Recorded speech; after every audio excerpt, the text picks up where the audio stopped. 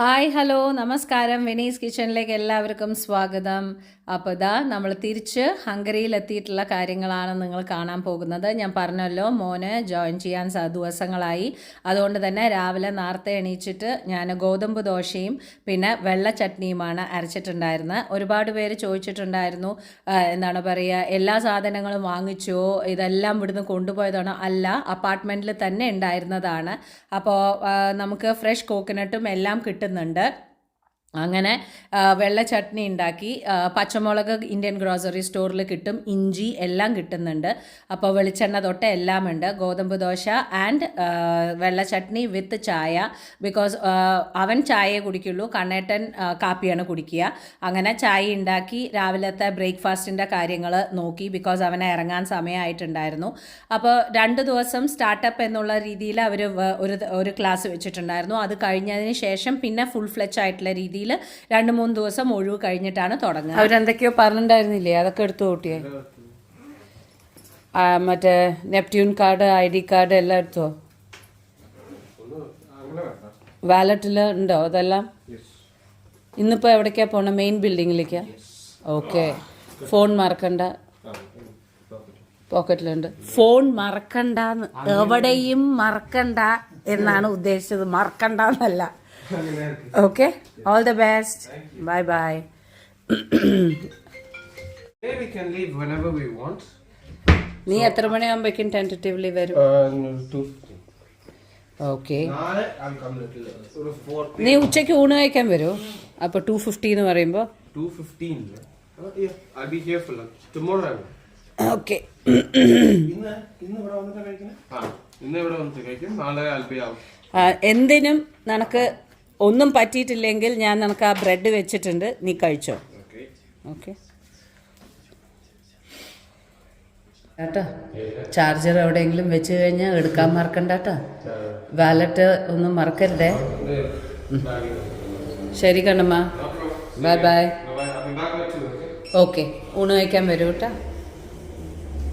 അവൻ ഇറങ്ങിക്കഴിഞ്ഞപ്പോൾ ഞാൻ വിചാരിച്ചു പെട്ടെന്ന് തന്നെ ഉച്ചക്കത്തെ ലഞ്ചിൻ്റെ പരിപാടി തീർത്ത് വെക്കാം. എന്നാൽ പിന്നെ നമുക്ക് ബാക്കിയുള്ള പരിപാടി എനിക്ക് ഒരുപാടുണ്ട്. അടിച്ചു വാരണം, തുടയ്ക്കണം, പ്ലസ് പോയ സാധനങ്ങളൊക്കെ തിരുമ്പി തോരിയിടണം. അപ്പോൾ ഞാൻ ഉണ്ടാക്കാൻ പോകുന്നത് കോവയ്ക്ക മെഴുക്ക് വരട്ടി, ചോറ്, പിന്നെ സുന്ദരി മുളകൂഷ്യം അഥവാ തുളിച്ച മുളകൂഷ്യം എന്നറിയപ്പെടുന്ന പാലക്കാടൻ രീതിയിലുള്ളതാണ്. എനിക്കറിയാം സുന്ദരി മുളകൂഷ്യം, തുളിച്ച മുളകൂഷ്യം എന്നൊക്കെ പറഞ്ഞു കഴിഞ്ഞിട്ടുണ്ടെങ്കിൽ ആൾക്കാർ വിചാരിക്കും ആവും ഇനി ഇത് ഹംഗറി പോയി കഴിക്കണോ എന്ന്. സത്യം പറഞ്ഞു കഴിഞ്ഞിട്ടുണ്ടെങ്കിൽ ഒരുപാട് ദിവസങ്ങൾ നമ്മൾ താമസിക്കുന്ന സമയത്ത് നമ്മൾ നമ്മുടേതായിട്ടുള്ള ഭക്ഷണങ്ങൾ ആ സമയത്താണ് മിസ്സാവുക. ഞങ്ങൾക്ക് എല്ലാവർക്കും നാടൻ രീതിയിലുള്ള ഭക്ഷണം ഭയങ്കര ഇഷ്ടമാണ്. ഈ കോംപ്ലിക്കേറ്റഡ് ആയിട്ടുള്ള രീതിയിൽ എന്നും കഴിക്കാൻ പറ്റില്ല. സാധാരണ വീട്ടിലെ കൂട്ടാനും ചോറും കഴിക്കാനാണ് ഞങ്ങൾക്ക് എല്ലാവർക്കും ഇഷ്ടം. അതുകൊണ്ട് തന്നെ പെട്ടെന്ന് ഞാൻ ആ കഷ്ണങ്ങളൊക്കെ മുറിച്ചു. ഓക്കെ, എഴുത്തിനിരുത്താൻ ആളെ ഇരുത്തിയിട്ടുണ്ട്. ഹരിശ്രീ ഗണപതിയെ നമഃ. ഇത് ഗരം മസാല. ഇംഗ്ലീഷിൽ എഴുതണം, നല്ല ചെക്കൻ അറിയുള്ളൂ. ഗരം മസാല കേട്ടോ. ഇത് കടലപ്പരിപ്പ്, ചന ദാൽ,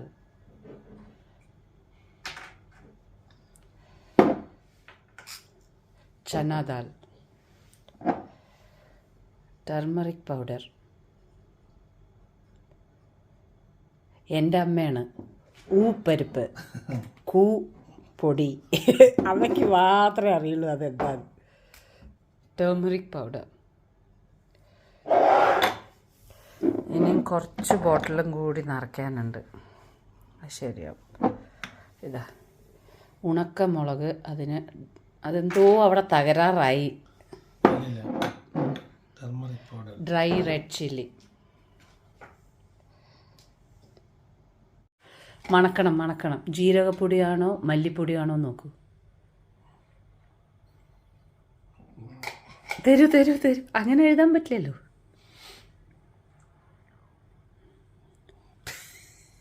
ജീരകപ്പൊടി, മല്ലിപ്പൊടി. അത് ജീരകം, ഇത് മല്ലി. അതെ, അത് ജീരകമാണ്. അല്ല, അതന്നെ പറഞ്ഞ, അത് ജീരകപ്പൊടി. ജീരകത്തിന്റെ ഇംഗ്ലീഷ് എന്താണ്? ക്യൂമിൻ. Cumin powder. ഇത് കൊറിയൻഡർ പൗഡർ അടച്ചു വെച്ചിട്ട് പൗഡറിന് പൊടി എന്ന് എഴുതിയാൽ മതിയോ? ഇതാ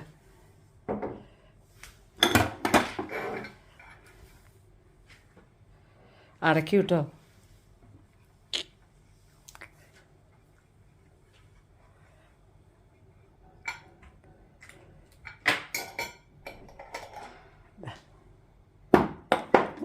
ഇതെന്ത് എഴുതുന്നത് കണ്ടറിയില്ലേ? എന്താണത്? കായം. അതിന് ഇംഗ്ലീഷിൽ എഴുതി വെക്കും. എന്താ അതിന്റെ പേര്? ഇസ്റ്റോസേവിയ. കായം ഫോബിയ. ഈസോഫാഗസ് അല്ല, കായം ഫോബിയ. അസഫോട്ടിഡ. സ്പെല്ലിങ് ജലന്ധർ. നല്ല കാലത്തില് ഇതൊന്നും എഴുതേണ്ട ആവശ്യമില്ല, കണ്ടറിയില്ലേ? എന്ത് എഴുതിണ്ടാ? അസപ്പൊട്ടാമസ്, അസഫോട്ടിഡ. അവിടെ വെക്കി. അല്ലാണ്ട് എഴുതാൻ അറിയാണ്ടല്ല. അതെന്താ അതെന്താ അതെന്താ അതെന്താ? പൗഡർ അല്ല, അത് പൗഡർ അല്ലല്ലോ. അല്ലല്ലല്ല, ജീരകമല്ല. ബിഗ് ജീരകം അല്ല, ബിഗ് കുമി. ഫെനൽ. ഫെനൽ. ഇതോ? ആ, പെരുംജീരകം. അവനതൊന്നും അറിയില്ല കേട്ടോ. ഫെനൽ. ആ കുട്ടിക്ക് അതേ അറിയൂ. അതല്ലേ ഫെനൽ സീഡ്സ്. അവര് ഫെനലിന്റെ ഫെനൽ. ഫെനൽ സീഡ്സ് എഴുതിയ. ആ, ഇതാ കണ്ടറിയണ സാധനം. എന്താ സാധനം? അവനറിയില്ല, ഇടണ്ട. ഇത് എഴുതാനും ഇല്ല. ഇതാ അല്ല, അത് ഇവിടെ എഴുതിയ. ഉലുവ. ആ, അതിനെന്താ പറയാ? ഉലുവയുടെ ഇംഗ്ലീഷ് എന്താണ്?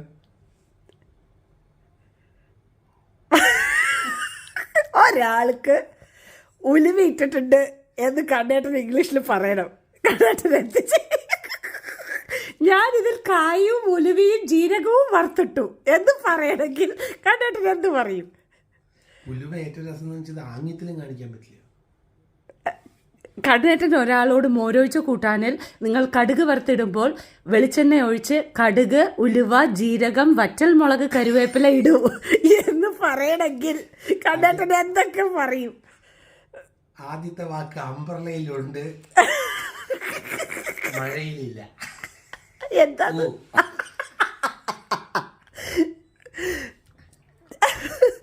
ഇംഗ്ലീഷിൽ പറയൂ. ഉലുവയുടെ ഇംഗ്ലീഷ് എന്താണ്? ഫെനുഗ്രീക്ക്. അയ്യേ, ഞാൻ വിചാരിച്ച എവിടെ എത്തിയില്ല. സ്പെല്ലിങ് തെറ്റായി എഴുതിയിരുന്നിട്ടോ. ഫെനുഗ്രീക്ക് ഞങ്ങളുടെ ജീവിതത്തിൽ പറഞ്ഞിട്ടില്ല അങ്ങനെയൊന്നും. റെഡ് ദാൽ അല്ല, ഇത് ഗ്ലാസ്സിൽ കാണുന്ന സാധനത്തിന് എന്തിനാ? മസൂർ ദാൽ.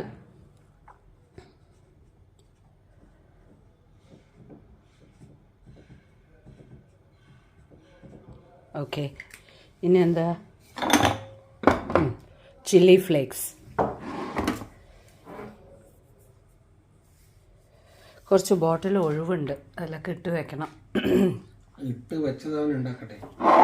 ഇതവൻ ഉണ്ടാക്കും എന്നുള്ളതിൻ്റെ അല്ലല്ലോ, എല്ലാം നമ്മൾ പ്രോപ്പറായിട്ട് കൊടുക്കണ്ടേ. ഇത് ക്യുമിൻ സീഡ്സ്. ആ, പിന്നെ ഇതെന്താ പറയുക? അറിയുമല്ലോ. ഇതെന്താ? അത് കടുക്. അതന്നെ, ഇത് ഇംഗ്ലീഷിൽ എന്താ? ഇതിപ്പോ പഠിപ്പിക്കണ പോലെ. ഇതെന്താ? എവിടെയോ എന്തോ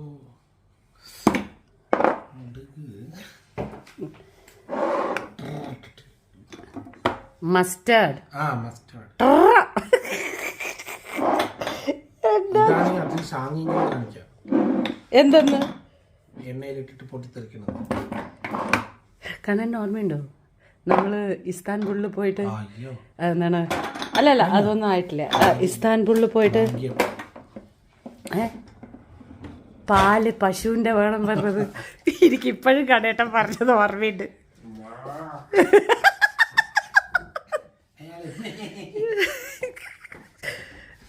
അങ്ങനെ എഴുതലും വായിക്കലും അംഗങ്ങളൊക്കെ കണ്ണേട്ടനും ഞാനും കൂടി കഴിഞ്ഞതിന് ശേഷം ഇതാ കുക്കറിൽ തുളിച്ച മുളകൂഷ്യത്തിൻ്റെ എല്ലാ കഷ്ണങ്ങളും ഇട്ടിട്ട് മഞ്ഞപ്പൊടിയും മുളക് പൊടിയും കൂടി ഇട്ടിട്ട് നന്നായിട്ട് ഒരു 3-4 വിസിൽ കൊടുക്കുക.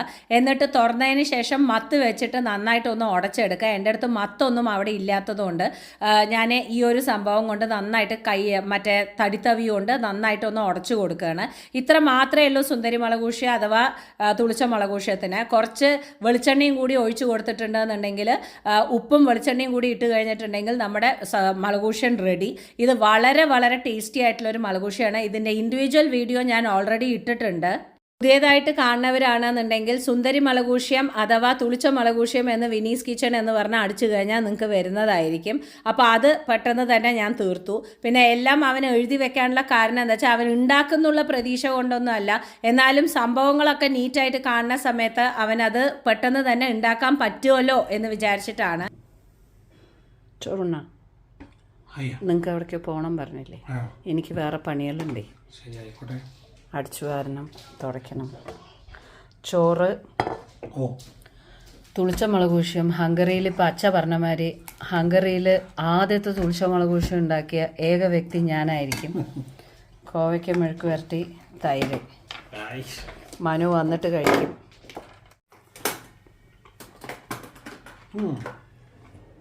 സൂപ്പർ. ഇപ്പൊ ഈ തുളിച്ച മുളക് പൊടിച്ച് വെക്കാനുള്ള സാധനങ്ങളൊക്കെ ഹംഗറിയിൽ കിട്ടുന്നുണ്ടല്ലേ? പീച്ചിങ്ങ, വഴുതിനിങ്ങ, ഉരുളക്കിഴങ്ങ്, തക്കാളി, ഉള്ളി, ദാറ്റ്സ് ഇറ്റ്. കുമ്പളങ്ങ ഇടാം, പലതും ഇടാം. പക്ഷെ നമ്മൾ കിട്ടിയത് വെച്ചിട്ട് നാടൻ രീതിയിൽ ഒരു ഭക്ഷണം എല്ലാം കൂടി കുക്കറിലല്ലേ. അപ്പം ഇതൊക്കെയുള്ള ഇങ്ങനെ. അതെ, തൈരെടുത്തോളൂമ്മ. ഇവിടെ ഒരു പച്ചക്കറിക്കാരൻ ബുദ്ധിമുട്ടുണ്ട്, പക്ഷെ കുഴപ്പമില്ല.